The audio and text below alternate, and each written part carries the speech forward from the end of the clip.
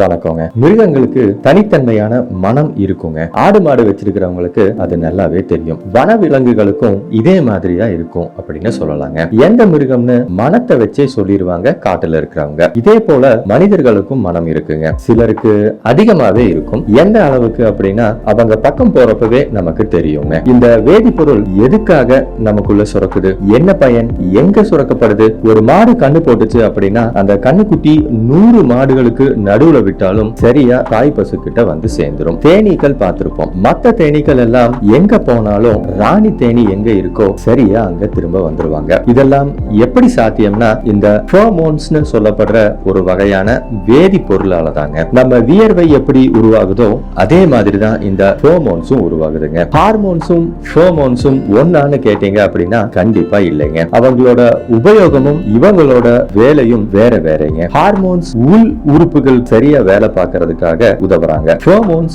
3 வகையில உதவுறாங்கன்னு சொல்லலாங்க. நாய்க்குட்டிகள் தெருவுல எல்லா பக்கமும் திருநீர் கழிக்கிறத பார்த்திருப்போம். அவங்களோட பகுதின்னு காட்டுறதுக்கும் மற்ற தெருவுல இருக்கிற நாய்க்குட்டிகள் அவங்க பகுதிக்குள்ள வந்தா எல்லாரும் சேர்ந்து விரட்டி விட்டுருவாங்க. இதையும் நம்ம பார்த்திருப்போம். அடுத்ததா காட்டு விலங்குகள் தங்களோட இரைகள் எங்க இருக்கு அப்படின்னு இந்த ஃபெரோமோன்ஸ் மூலமா கண்டுபிடிச்சு வேட்டையாடுவாங்க. மூன்றாவது காரணம் அவங்களோட துணைய ஈர்க்கிற விதமா இருக்குங்க. பொதுவாவே மிருகங்கள், பறவைகள், பூச்சிகள்னு எது எடுத்துக்கிட்டாலும் ஆண்கள் அழகா இருப்பாங்க.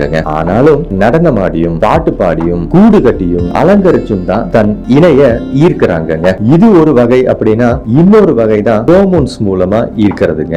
எப்ப இனப்பெருக்கம் பண்ணலாம் அப்படின்னு தெரிஞ்சாதானே இது சாத்தியமாகும். இயற்கையாவே பெண்களுக்கு மாதவிடாய், அதாவது மென்சுரல் சைக்கிள் அல்லது பீரியட்ஸ்னு சொல்லுவோம் இல்லைங்களா, அந்த காலத்துல அதிகமான அளவு ஹார்மோன்ஸ் சுரக்குங்க. மனுஷ இனத்திலையும் இதே மாதிரி தாங்க. சில பெண்களுக்கு அதிகமாகவே சுரக்கும். அவங்க பக்கம் போறப்ப உணர முடியும். இத மறைக்கிறதுக்கு வேண்டிதான் நம்ம பெர்ஃபியூம் பயன்படுத்துறோங்க. பெர்ஃபியூம் எப்படி வேலை செய்யுது அப்படிங்கறத வேற ஒரு வீடியோல சொல்றேங்க. எனக்கான உங்களோட நேரத்திற்கு நன்றிங்க. உங்களோட கருத்துக்கள் நிச்சயம் ஏற்றுக்கொள்ளப்படுங்க. இப்படிக்கு என்றும் அன்புடன் நான் உங்கள் சாணக்கியன்.